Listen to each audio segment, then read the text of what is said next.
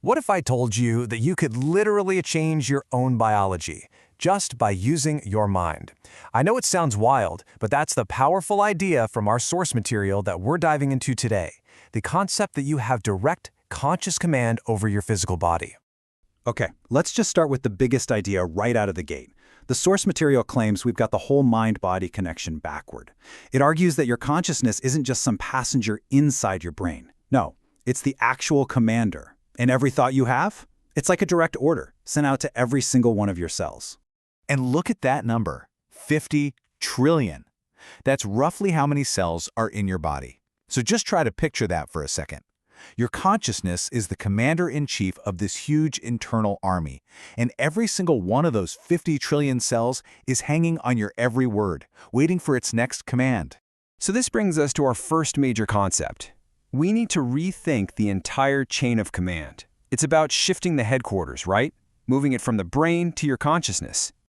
This is such a great way to think about it. Imagine your consciousness is the CEO of a massive corporation, your body. The CEO makes all the big decisions. And the brain?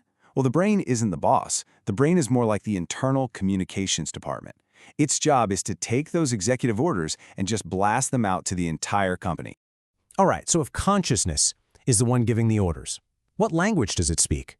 I mean, how do you actually issue these commands?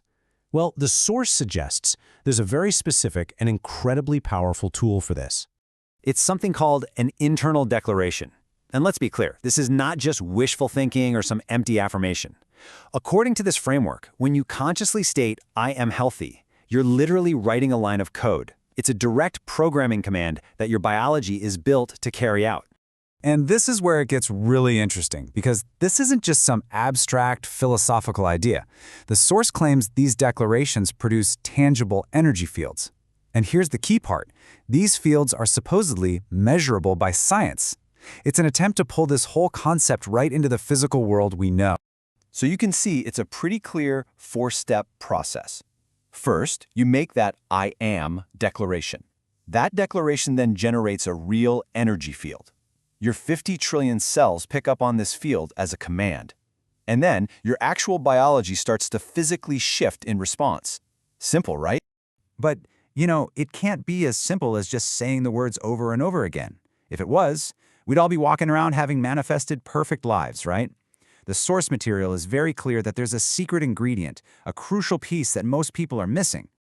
And this is it. This is the whole secret. It's the huge difference between an empty affirmation and what's called an assumed feeling. On the left, you've got what most of us do, just repeating words, hoping they stick. But on the right, that's the game changer. It's about feeling the reality of your statement, truly experiencing the state you want as if it's already here.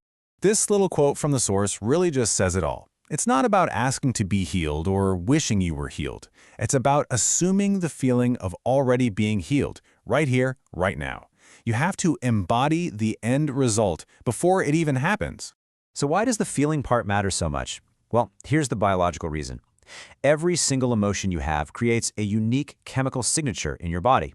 And your cells, they don't speak English, they speak chemistry. So when you feel healed, you are commanding your body to produce the literal chemical cocktail of health. The potential here is absolutely staggering.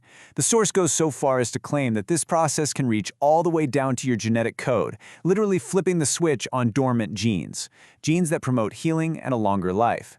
So, if this is so powerful, where does it come from?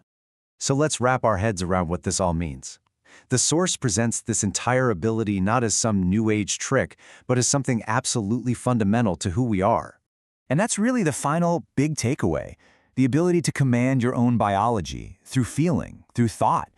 It isn't some new skill you need to go out and learn. It's an inherent ancestral power that, according to the source, we've all just kind of forgotten how to use.